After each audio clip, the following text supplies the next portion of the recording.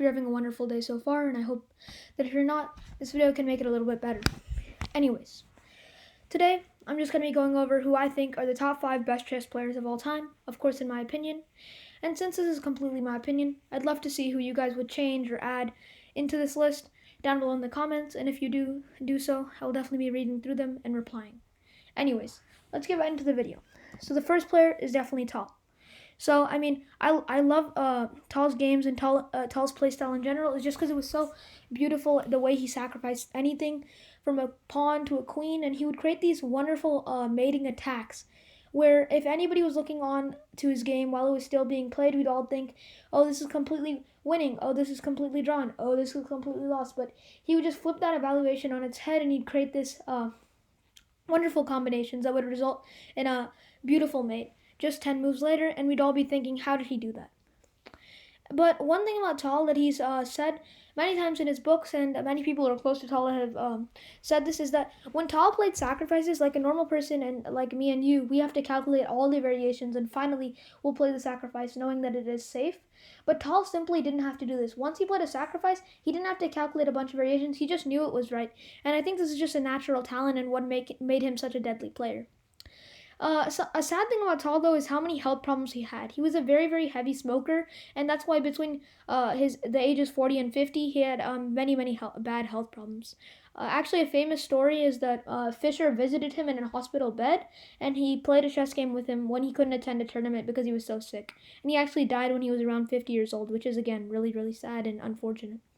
One of his greatest achievements, I would say, is when he became the 8th world chess champion, especially in a time when there was a lot of Soviet talents. And even though this is a really great achievement, world chess champion is nothing to joke about. A lot of times when we'll go later on in the list, a lot of these other players have achieved the world chess champion title many more times. But since Tal's play was so focused on attacking and finding the initiative, his play was also very risky, so it's hard to stay at the top for a long time, and this was also combined with his health problems. Now I'd like to share a quote. To play for a draw, at any rate with white, is to some degree a crime against chess. And that just kind of captures how Tal played in just a couple of words, and I'll let you guys soak up that meaning while I move on to the next player. So next player is Jose Capablanca, and if you guys can learn anything from Capablanca, I'd say learn endgames. This guy was an absolute endgame genius and maybe the best endgame player of all time. When there was a couple pieces down into the board, there was almost no one that could stop him. And even nowadays, modern players look at his technique to study. He was a child prodigy, not even in the chess sense, but just in general. His dad actually got him tested by a doctor when he was very young, and the doctor said, this guy has a genius level IQ, which is crazy. And then the dad even mentioned that Capablanca likes to play chess, and the doctor said, don't let this guy play chess. His mental capacity is too high, and it'll just be wasted if he plays chess. Of course, Capablanca didn't listen, and he became one of the greatest players of all time, but just something to note about his early chess upbringing. He even learned chess, which is another story, by just watching his dad and his dad's friend play 2 games. He never looked at the rules before, never knew how the pieces moved. Just watching 2 games and he already knew how the game worked and was almost as good as his dad, which is just crazy. Now I'd like to talk about his domination at the top level. He had a long world champion reign from 1921 to 1927, which is a very long time, especially when there was players like Emanuel Lasker and Alexander Alekhine during those times. And it just goes to show how few people could best him. And going along with that, there's a funny cafe story where there was a man at a cafe that Capablanca was sitting and probably drinking something. And he said, while there was a chessboard at the cafe, he said, does anybody want to play a game of chess? And Capablanca, being the person he was, he of course said, yes, I would like to play a game of chess. So he sits at the chessboard, right? And he grabs the second queen. And the man got very angry because he thought Capablanca was being really arrogant. He said, you don't even know if you're going to win. There's a chance that I could, so how can you just grab the second queen like that? And Capablanca simply said, if you could beat me, I would know who you are. And this is just a very nice story, and it goes to show how dominant Capablanca was in his prime. And an interesting thing about Capablanca's game is how he never prepared openings like modern players who spend hours and hours finding novelties and preparing their entire opening game. Capablanca's simple goal out of the opening was to get a playable position. Note how I said playable and not better or equal? It's because Capablanca's playstyle was just to outplay the opponent in the middle game and endgame phases of the game and not give the opening much time of study. And I'll again share a quote, which is, you may learn much more from a game you win than from a game you lose. You will have to lose hundreds of games before becoming a good player. So yeah, just timeless advice. Next, I'd like to go over a man who needs no introduction. It is Magnus Carlsen. I think even if you're not a chess player nowadays, you know who this guy is. And one thing that makes him such a deadly player is his seemingly infinite opening repertoire. This guy can play any first move, any variation, and play it like a seasoned expert, and he'll know all the novelties and everything about it. This just goes to show how much time he spends into memorization and how much time he puts into the opening phases of the game. Also, he's achieved a very incredible feat, which is the highest chess rating of all time, and this is 2,882 in classical time formats, and that's close to some of the early versions of supercomputers like Stockfish and Leela Zero, which is just absolutely insane how a human can even come close to this level of performance. And one amazing feat that he's done just as a kid, a 13-year-old kid, was beating Anatoly Karpov, a former world champion and someone who narrowly missed this list. So that's absolutely insane that he could beat a former world champion at such a young age. And again, going on with his extreme feats when he was young, he actually achieved the title of World Chess Champion at just 19 years old. Most Grandmasters don't even get their title at that point, and Magnus Carlsen was already the best player in the world, which is absolutely crazy.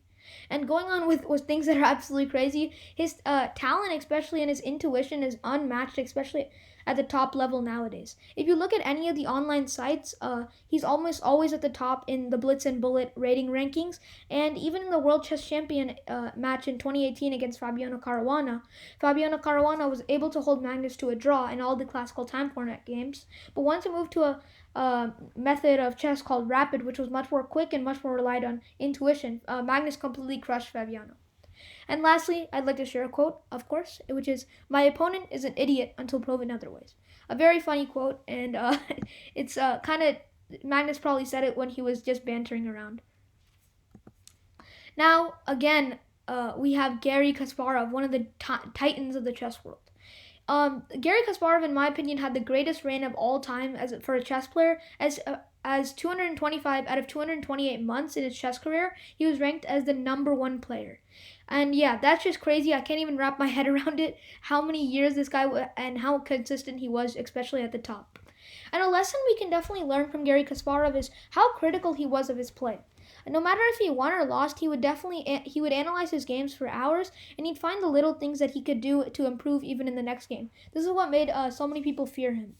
And another reason people feared him, especially at the top level, was his playstyle. It was very attacking and initiative oriented, and that's why he would never give you a chance to do anything or counterattack or create your own plans. He would simply relentlessly keep on attacking until you succumbed to the pressure and lost the game. And since he was such a tactical and positional genius, the one aspect of his play that doesn't really get explored much is how much of an opening expert he was. Specifically in the Sicilian Najdorf variation and the King's Indian defense, Kasparov was a bona fide opening expert. And this guy knew all the ins and outs, all the novelties and everything, and that's why he's so deadly with these two openings, especially.